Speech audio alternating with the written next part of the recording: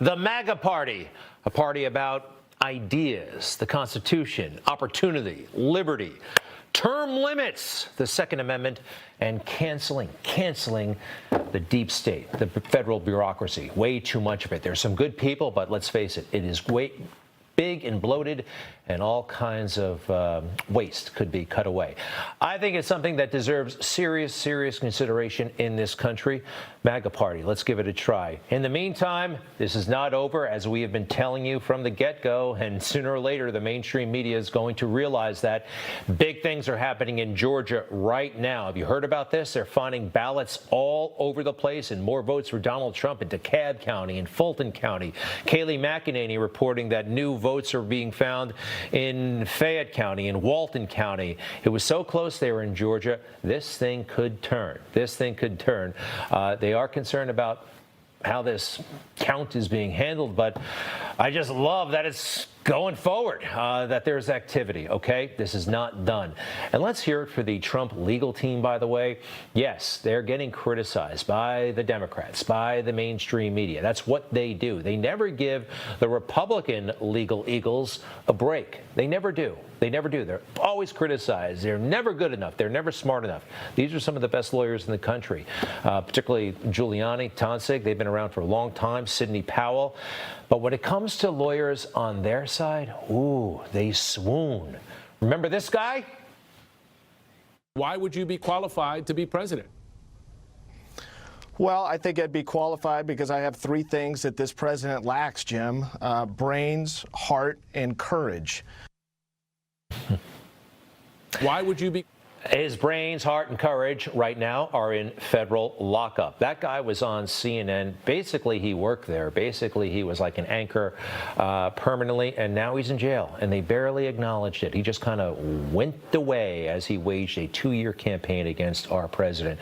Remember this, they always criticized the Trump team. They always have. Back in 2016, a reporter for New York Magazine profiled the campaign and came up with this nasty snark. I was well aware that Trump runs a bare-bones operation, but college newspaper offices have more robust infrastructure than his national campaign headquarters. April 3rd, 2016. We know what happened, 5 or 6 months later? All right, that brings us, we started on Georgia, Michigan.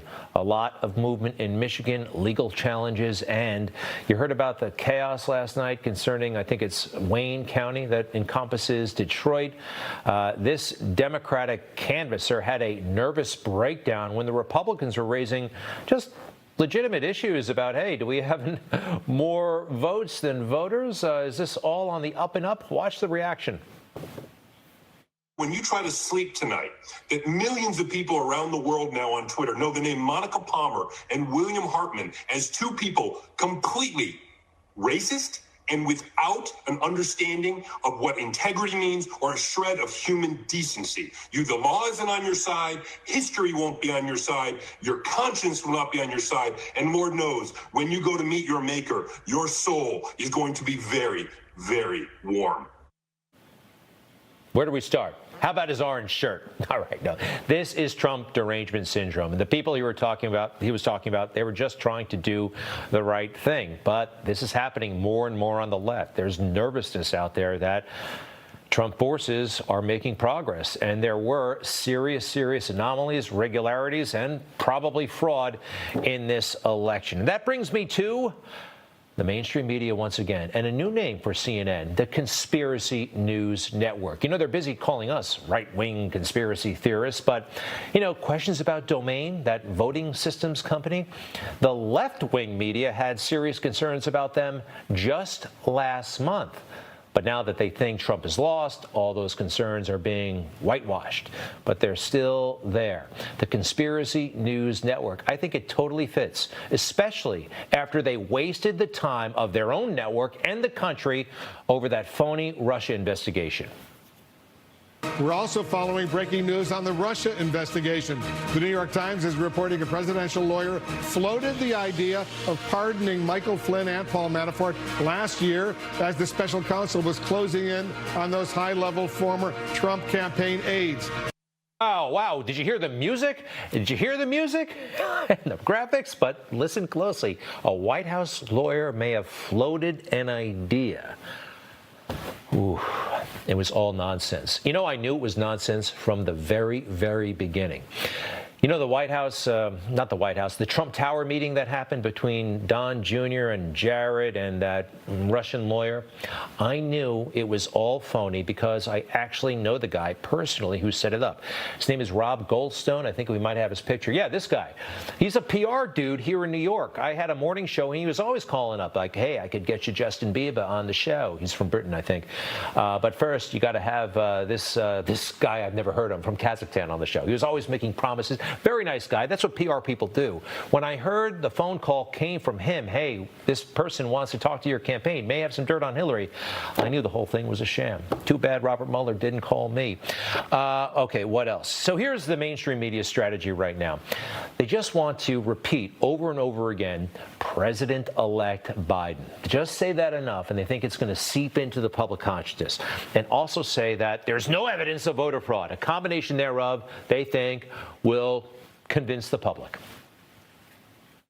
With the president's legal claims fizzling around the country, the top Senate Republican vows an orderly transfer of power. The president hasn't conceded. He hasn't acknowledged the results of this election, which are fundamentally clear. Transition turmoil.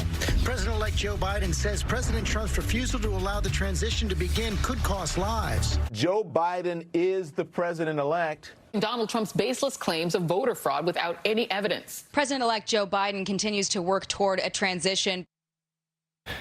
You know, all these networks, they've been wrong repeatedly, and they never take a pause and step back and say, wow, we got so much so wrong. How do we do our jobs differently? No, they just keep doing them in the same fashion that got them the wrong answers to begin with. The answers that Donald Trump would never run for president, that he would never be the nominee, that he would never beat Hillary, and on and on and on and on.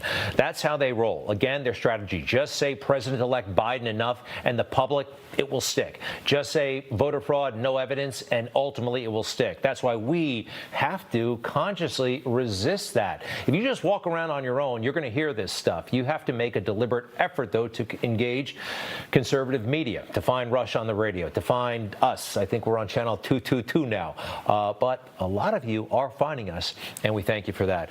By the way, I just want to list real quickly, as we're in this kind of holding pattern, some of the reasons why it would be really great if Joe Biden doesn't become the president. You know, he hasn't been tested.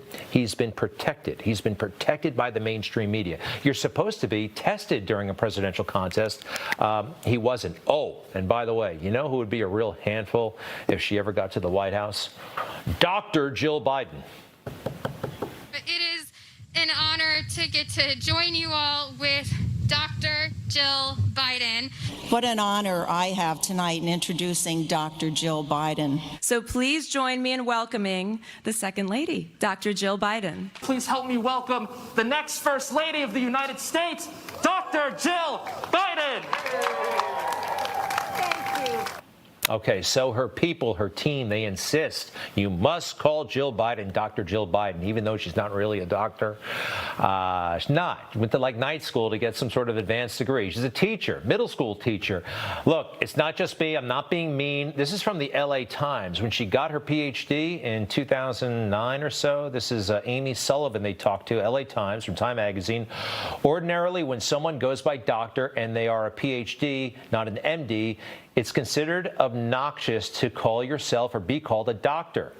Then again, it makes her smile because it's a reminder that it's her own person. But newspapers, including the Times, generally do not use the honorific doctor unless the person in question has a medical degree.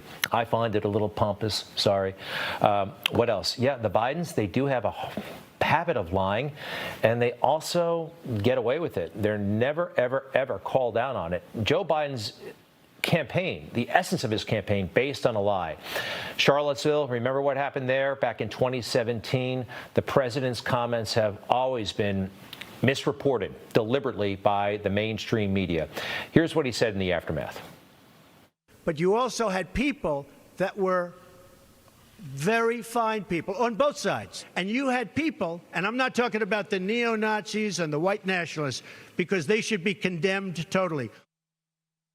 He made it quite clear. White supremacists, neo-Nazis, they should be condemned totally. But Joe, I can't tell if he did this deliberately or if he just believed the fake news, but in his opening campaign video, he said this was the moment where he realized he had to run for president. He said there were, quote, some very fine people on both sides. Very fine people on both sides? And it was at that moment that I realized I had to run and save this country. Joe, yeah, I think he was telling a great big fib there because he has before. I would have let him off the hook if that was the only time, but he was famous for it. This is why he had to drop out of his run for president back in the 80s. I think I probably have a much higher IQ than you do, I suspect. I went to law school on a full academic scholarship, the only one in my class to have a full academic scholarship. In the first year in law school, I decided I didn't want to be in law school and ended up in the bottom 2/3 of my class, and then decided I wanted to stay, went back to law school, and in fact ended up in the top half of my class. I won the International Moot Court competition. I was the outstanding student in the political science department at the end of my year. I graduated with 3 degrees from undergraduate school and 165 credits, only need 123 credits, and I'd be delighted to sit down and compare my IQ to yours if you'd like, Frank. Now, everything he said there was a lie. The media called him out on it, and Joe finally had to own up to it a couple of weeks later. And look at how he owned up to it. I think he said he was in the top 1/3 of his law school class. Okay, here he confesses where he really was in that law school class, and watch how he does it. And what you do is you're divided into groups, and there were 30 people started off in my class. We ended up graduating, I think, 86 or 87. I graduated 76 out of that bunch. He's smiling at 76 out of 86. Yeah, you caught me. I wasn't in the top 1/3. What are you going to do? Or the top half? 76 out of 86 is not the top half. You can get away with it because I'm a senator. I'm Joe. Very, very arrogant. Listen, I also don't believe he belongs in the White House because of Hunter's issues. Yeah. Hunter, he's got problems, and I don't know. I mean, it all went to his head when his dad was the vice president and the former vice president. What's he going to do if his father is the president and he's surrounded by all that power and all those people and all those trying to inveigle and make money? There'll be opportunities for him that I don't believe he can handle. And finally, one of the many reasons why I'm opposed to Joe Biden, I mean, let's face it, Kamala is really tough to take. Do you feel like you're shouldering the load of other women, other black women, women of color? I feel a great sense of responsibility. Senator Kamala Harris. And it is probably why I am so hard on myself and everybody else. Because there are a lot of people relying on us to do well and to do it the right way. And I do not want to disappoint anybody. I also am fully aware that people are watching to determine and judge who else can do what. So I feel an incredible sense of responsibility. And I am self-aware to know that when I'm standing on that stage, there are little girls around America whose fathers and mothers are pointing at that to tell those little girls what they can do. I'm sorry, but it's like she thinks she's a rock star, okay? This is like a Britney Spears event from 15 years ago. It's all about her. All of her videos have been about her. Lately, she tries to say, yes, this is inspirational. No, I don't think so. I think it's all about Kamala. And I think, by the way, Joe, she'll be gunning for your job on January 21st, if it ever gets that far. I don't think it will. Meanwhile, we got President Trump. And you know how I feel about him. I like his policies. I like his style. We've talked about the policies now for weeks and weeks and weeks. We all know what they are. I'm for them, and I like the style. But one thing he doesn't get credit for, I mean, and sometimes he's criticized for this, but he can hold attention, and he tells a great story. Joe's stories are phony, and some consultant gave them to him. Donald Trump, they come from the heart. They come from experience. Mr. Levitt, how are you doing? He goes, not well. Not well at all. And I said, what exactly happened? why did this happen to you? You're one of the greats ever in our industry.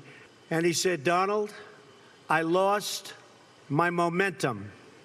I lost my momentum. In life, I always tell this to people, you have to know whether or not you continue to have the momentum. Now, the fake news went crazy on this because he was speaking to Boy Scouts and they thought it was a wildly inappropriate story. I thought it was a great story about this guy, Levitt. I think it was Arthur Levitt. And it really said something, and kids can handle it. I was a Boy Scout, and we would have loved to have heard a story like that. Not, my dad used to say, keep the faith. I mean, it just is so basic and simple stuff that you read on a bazooka gum wrapper, that kind of thing.